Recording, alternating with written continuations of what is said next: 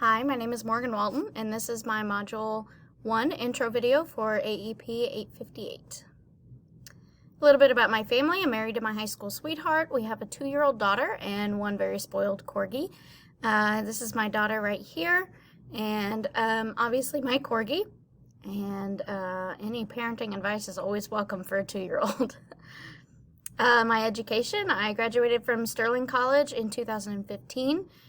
With my bachelor's. I received my ESL endorsement from Kansas State University in 2018, and then I anticipate to graduate in May of 2021 with my Master's of Educational Administration.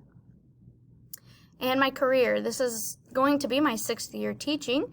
All 6 of my years have been at Park Elementary in Lyons as a 2nd grade teacher. I'm lucky enough to be in the same room, the same building, the same grade, and I absolutely love it. We are a Gemini redesign school, and I'm the co-pilot for my school, so this has given me a lot of leadership within the building, which has been extremely helpful for my courses. My future plans and goals, I'm not in any hurry to leave the classroom, but I do really want to be a principal at some point. If it's 10 years down the road, that's fine with me. If it's shortly after I receive my degree, that's fine as well. I want to stay in the classroom for at least a couple more years just to ensure that I'm getting everything out of it that I can before I feel like it's time for me to be done. For my transition slide, I wanted to put this quote on here. This is one of my favorites. "Education is the most powerful weapon which you can use to change the world," by Nelson Mandela. I love that quote. I always tell my students that you can change the world, so fits right in. Critical reflection on the process your school uses to analyze and use data. My district is really not strong in this area. We really have had to work on it for our Gemini process. Redesign's been great practice. It's provided us with 2 years of data and data evaluation. We've learned to use scoreboards to keep track of our data. These are public and only for staff, kind of depending on what the scoreboard is about. We do like to post some of our data in the hallways for parents to see, as long as it's not test scores or things that would be confidential, so that parents can be involved as well. It allows us to evaluate the data. Is it really working? And then why is it working? If it's not working, what can we do to change it? And then we always think about, what can we use this data to do? What is this going to help us grow? What is this data going to help us learn about our students, our school, our curriculum, and our instruction? And then finally, how will it affect our curricular and instructional decisions?